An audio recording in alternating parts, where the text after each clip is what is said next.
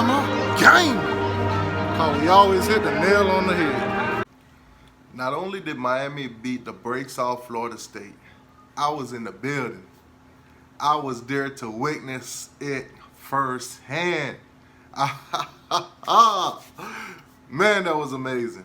But let's talk about Derek King and the Miami offense. Let's break down some stats. 29 for 40, 267 yards, 2 touchdowns, quarterback rating of an 88, almost 89.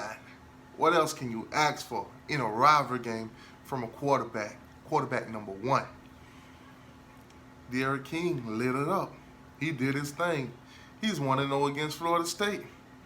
Here's what it is. N'Kosi Perry, 4 for 7, 50 yards, and a touchdown. We eating. Miami, we eating. We did it big on Florida State. Derek King also led all running backs. I mean, he is a mobile quarterback. Now, Derek King went 8 for 65 yards. Also had a 20-yard run. Keep that in mind. No touchdowns, but it is what it is. Cameron Harris had 12 rushes for 43 yards, 2 touchdowns on the night. Don Chaney, 7 for 35 and 2 touchdowns. Robert Burns, 4 for 28. Also, Jalen Knight, 5 for 28. And N'Kosi also had a rush for 1 yard. Leading the receivers, man, Mark Pope, 5 for 60. D. Wiggins, 3 for 54 and a touchdown. Mike Harley, 7 for 53. Brevin Jordan, 5 for 41 and a touchdown. Jalen Knighton also had 3 catches for 35 yards. Cameron Harris, 4 for 20. Micah Redden, 2 for 13 yards and a touchdown. Now, I am a little bit concerned with Mark Pope and returning the ball. Mark Pope fumbled the ball again. Second time this season.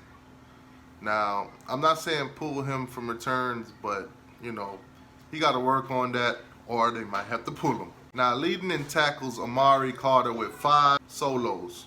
Zach McLeod had a fumble recovery. Striker Ferguson, 2 sacks. Striker Ferguson, 2 tackles for loss. Bubba Bolden, 2 tackles for loss and 1 sack. Zach McLeod also had a sack. Roche had a sack and 2 tackles for loss. And don't forget Nesta, also had a sack and a tackle for loss. And a couple more names had tackles for loss and sacks and stuff like that. But total, the team had 6 sacks. 6 sacks on Florida State. Florida State also gave up 3 interceptions. 1 going to Jalen Phillips. Didn't see that one coming. Bubba Bolden also had an interception. And Al Blaze Jr. for the 2nd week in a row has an interception. Jose Borregales stayed perfect last night. He was 1 for 1 when it comes to kicking the field goals. Miami had a total of 317 yards of passing and a total of 200 yards of rushing.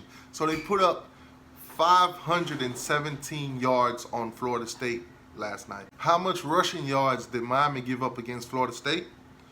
151. That's a good number. How many passing yards did Miami give up against Florida State? 179 yards. That's a good number. Defense stepped up big. Now, Miami came out slow in the beginning, you know. I thought the defense, you know, was looking a little crazy in the beginning. That was like the first drive or 2. But they tightened up, held Florida State to a field goal in the first half and held them to a touchdown in the second half. So defense did a wonderful job, tremendous. It is what it is. Offense clicking on all 6. It is what it is. Miami is on a roll. Now, let's address the big cat in the room. Next week, Miami is on a bye week. And then they play Clemson. We have to move on from this Florida State win and look on to beating Clemson. Now, a lot of you guys don't think we'll beat Clemson. A lot of you guys think it might be a blowout. A lot of you guys probably will say, if we, lose the game, but it's not a blowout, then, you guys will be okay. I want a victory. But if we don't get blown out or we have a close game, I won't be mad. I won't be mad. But if Clemson blow us out, I'll definitely be mad. I'll be mad, man. I'll be big mad. But anyways, guys, thank y'all for watching. Hit that like button. Hit that subscribe button if you haven't already. Go Canes. Go Canes. Go Canes.